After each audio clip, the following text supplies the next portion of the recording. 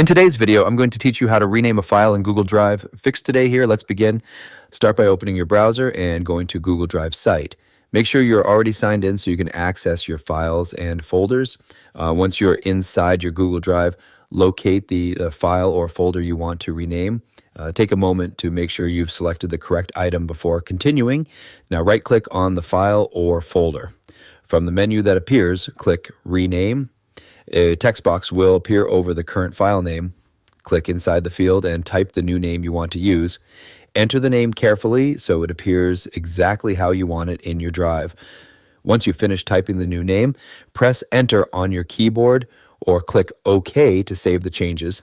The updated name will immediately appear in your Google Drive. You can also rename files and folders using keyboard shortcuts. First, click once on the item to highlight it. On Windows, press the F2 key on your keyboard to instantly open the rename field.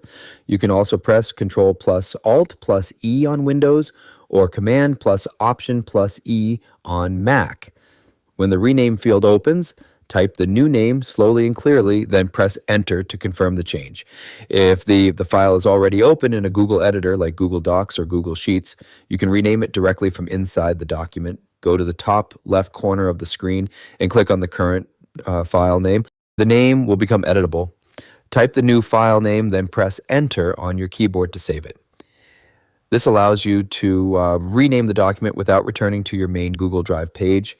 This also works with the Google Drive desktop app. Simply rename the file or folder from your browser first, then open your Google Drive location in File Explorer on Windows or Finder on Mac. Once your Google Drive app finishes syncing, you'll see that the updated file name automatically changes in your computer's file system as well.